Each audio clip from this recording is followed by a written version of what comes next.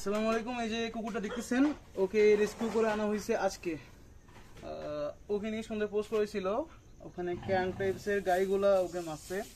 ওর পিছনের পায়ের অবস্থা খুব খারাপ, দুইটা পা দুই দিকে চলে গেছে ওর। ও ভর দিয়ে দাঁড়াতে পারতেছে না, ব্যথায় কান্না করতেছে সন্ধ্যা থেকে। তো ওষুধ দেওয়ার পরে কিছুটা নর্মাল হয়েছে, প্রাইমারি মেডিসিনগুলো দিয়েছি আজকে।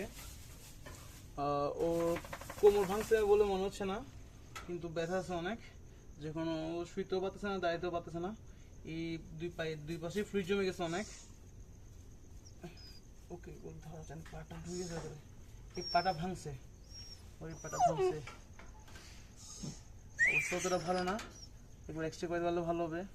বাচ্চা কুকুর, বেশি বড় না, 6 মাসের মতো, 5 থেকে 6 মাস বয়স হবে ওর। গায়ে অনেক ফ্রি। ওকে ভেট দেখাতে হবে, যদি সবাই হেল্প করেন ওকে সিবাসও নিয়ে যাওয়া হবে আর এক্সরে করানো হবে। সবাই যেটুকু পারেন হেল্প করেন ওকে। আসসালামু আলাইকুম।